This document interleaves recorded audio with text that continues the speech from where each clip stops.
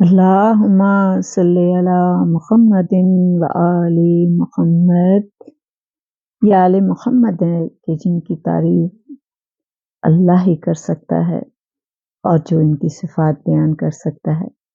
آج مولا علی علیہ السلام کا ایک واقعہ بیان کرنا ہے کہ رمضان کا مہینہ ہے اور سارے مسلمان روزے رکھ رہے ہیں، قرآن مجید کی تلاوت ہو رہی ہے، تسبیحات پڑھی جا رہی ہیں اور زیادہ سے زیادہ ختم قرآن کیا جا رہا ہے، اور خداوند کریم کا شکر ہے کہ اس نے ہمیں اس عبادت کے لیے چن لیا۔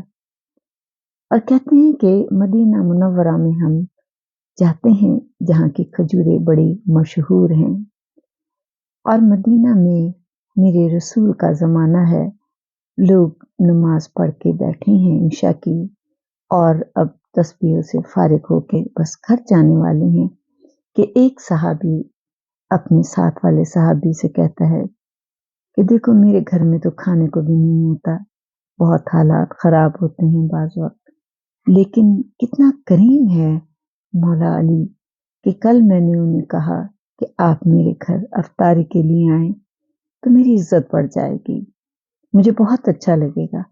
تو انہوں نے فوراً ہی میری دعوت کو قبول کر لیا اور کل وہ میرے گھر آئے اور میرے یہاں انہوں نے افطاری کی، روزہ افطار کیا۔ میرے پاس چند کھجوریں تھیں جو ہم نے کھائی ہیں۔ تو وہ جو شخص ساتھ بیٹھا ہوا تھا وہ ایک دم بڑی حیرانی سے اس کے چہرے کی طرف دیکھ کے کہتا ہے، کیا کہا؟ علی علیہ السلام نے کل تمہارے گھر روزہ افطار کیا تھا؟ تو وہ کہتے ہیں ہاں بے شک، کل مشکل کشا میرے گھر تھے اور میرے ساتھ روزہ افطار کیا تھا، اس میں کوئی شک تو نہیں ہے۔ تو وہ بڑی حیرانی سے کہتا ہے، دیکھو ایسے نہیں کہا کرتے، جس وقت ظاہر ہے افطار کا ٹائم ایک ہی ہوتا ہے، اور جو افطاری کا ٹائم تھا اس وقت تم مشکل کشا میرے گھر موجود تھے، میرے ساتھ بیٹھے تھے۔ اتنے ساتھ میں جو ایک اور دوسرا شخص بیٹھا ہوا تھا صحابی، اس نے کہا لا حول ولا قوت، کیسی باتیں کر رہے ہو تم دونوں کہ علی علیہ السلام کل تمہارے گھر تھے؟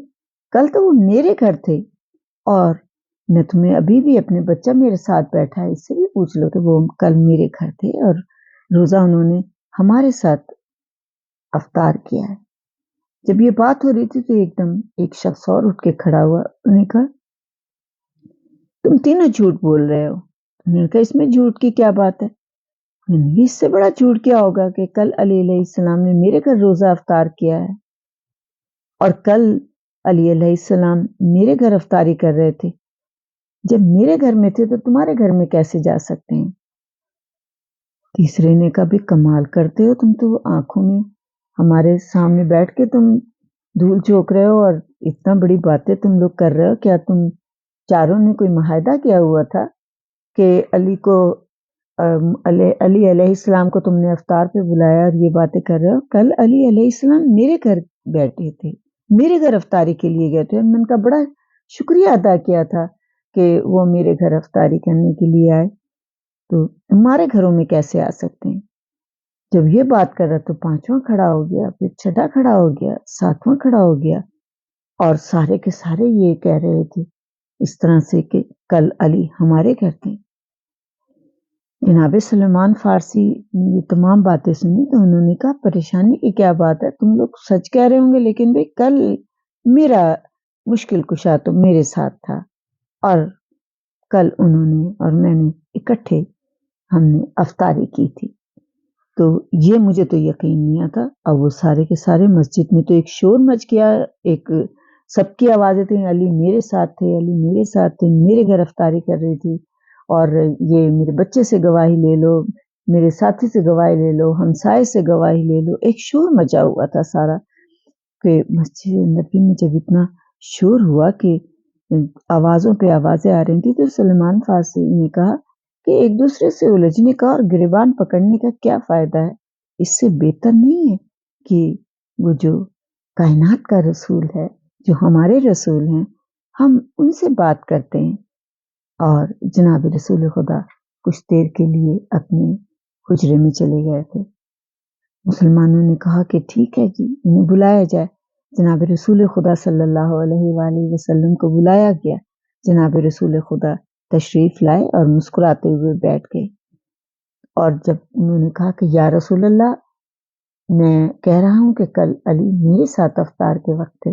دوسرا کھڑا ہوا، یا رسول اللہ میرے گھر تھے، میرے ہمسائے سے بھی پوچھ لیں۔ تیسرا بولا، یا رسول اللہ علی کل میرے ساتھ تھے، جب رستے میں جا رہے تھے تو آپ اس آدمی سے پوچھ لیں۔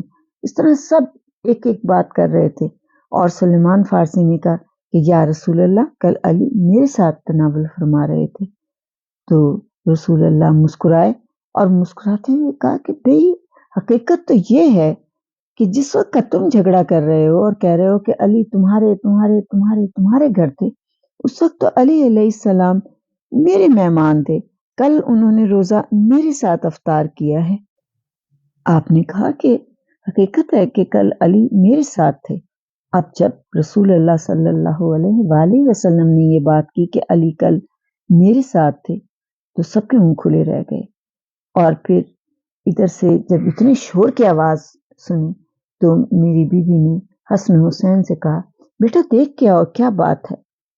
اور یہ میں حیران ہوں کہ اس تمام وقت میں علی علیہ السلام وہاں پہ موجود نہیں تھے، ضرور وہ کہیں اور بیٹھ کے سن رہے ہوں گے، دیکھ رہے ہوں گے۔ مظہر العجائب ہے نا، ساری کائنات ان کے سامنے رہتی ہے۔ تو جناب فاطمہ کو جا کے مولا حسنین نے کہا کہ اماں جان بابا کے لیے بات کر رہے ہیں کہ کل افطاری انہوں نے فلاں فلاں کے ساتھ کی ہے۔ تو کل تو جناب فاطمہ نے کہا کہ جاؤ نانا سے کہہ کے آؤ کہ کل تو بابا ہمارے ساتھ اس وقت افطاری کے وقت ہمارے ساتھ تھے، کل ہمارے ساتھ افطاری کی ہے۔ اب جب یہ بات سنی لوگوں نے کہ رسول اللہ کہہ رہے ہیں کہ ہمارے ساتھ تھے، اور بی بی فاطمہ کہہ رہی ہیں ہمارے ساتھ ہیں، حسنین کہہ رہے ہیں ہمارے ساتھ ہیں، اور وہ 40 کے 40 کہہ رہے ہیں کہ ہمارے ساتھ ہیں، جب یہ آوازیں سنی تو جناب رسول اللہ ہیں صلی اللہ علیہ وآلہ وسلم مسلسل مسکرا رہے ہیں، کیونکہ جانتے ہیں کہ علی غالب علی کل غالب ہے، علی مظہر العجائب ہے، علی عین اللہ ہے، وجہ اللہ ہے، ید اللہ ہے، لسان اللہ ہے۔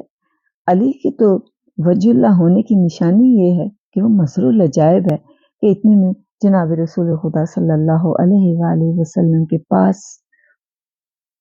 جناب جبرائیل آ گئے اور کہا بعد درود و سلام کے کہ یا رسول اللہ خداوند کریم نے پیغام بھیجا ہے، ان علی کانا ضیفا عندنا و عند مقام المحمود۔ جس وقت کہ تم لوگ بات کر رہے ہو اس وقت تو علی علیہ السلام مقام محمود پر ہمارے مہمان تھے۔ اور یہ بات سن کے تمام حیران ہیں سوائے ایک مولا رسول خدا صلی اللہ علیہ وآلہ وسلم کے، کہ میرا بھائی ہے ہی ایسا، اور واقعی وہ مقام محمود پہ بھی ہوگا۔ تو جناب مشکل کشا وہ ہیں کہ ایک دفعہ جناب عمر نے پوچھا تھا کہ یا علی آپ سے جب بھی کسی مسئلے کو بیان کرتے ہیں تو آپ فوراً جواب دے دیتے ہیں، تو آپ نے کہا تھا کہ اپنے ہاتھ کی ہتھیلی کو کھولو، کیا تمہیں ہتھیلی میں یہ انگلیاں نظر آ رہی ہیں، کتنی ہیں؟ تو انہوں نے کہا یہ کون سی پوچھنے کی بات ہے یا علی، 5 انگلیاں ہیں، اور ان کے سارے پورے بھی مجھے نظر آ رہے ہیں، ہتھیلی بھی نظر آ رہی ہے۔ تو آپ نے کہا پوری کائنات میرے لیے ایسی ہی ہے کہ جیسے یہ تمہارا ہاتھ تمہارے لیے ہے، پوری کائنات اس ہتھیلی کے مانند مجھے سب کچھ نظر آ رہا ہوتا ہے اور میں دیکھ رہا ہوتا ہوں۔ اور پھر اس کی ایک مثال ہم یہ دیتے ہیں کہ نجف کا ایک طالب علم تھا، اس نے جب یہ بات سنی کہ مولا علی 40 جگہ گئے تھے تو اسے یقین نہیں آیا، اور اس نے کہا کہ شاید یہ روایت ضعیف ہے، اور وہ اپنی کتابیں پڑھتے ہوئے جس میز پہ بیٹھے تھے وہ وہیں پہ ان کو اونگ سی آ گئی اور وہ سو گئے۔ اونگ آ گئی تو انہوں نے کیا دیکھا کہ جیسے سامنے مشکل کشا بیٹھے ہیں، اور اس سے کہتے ہیں کہ تم اس روایت کو ضعیف سمجھتے ہو، غلط سمجھتے ہو، میں کون ہوں؟ کہا آپ علی ہیں۔ تو آپ نے کہا کہ سر اٹھا کے دیکھ۔ اس نے دیکھا تو واقعی مشکل کشا بیٹھے ہیں، کمرے میں چاروں طرف روشنی روشنی ہے، اور جس میں آپ کا وجود نمایاں ہو رہا ہے۔ یہ گھبرا سا گیا، اس نے مولا کو سلام کیا۔ آپ نے کہا نہیں تو اس روایت کو ضعیف کہتا ہے، دیکھ میں کہاں ہوں؟ تو اس نے دیکھا مولا آپ سامنے بیٹھے۔ کہا نہیں دائیں طرف دیکھ۔ اس نے دائیں طرف دیکھا تو آپ تھے۔ آپ نے کہا بائیں طرف دیکھ۔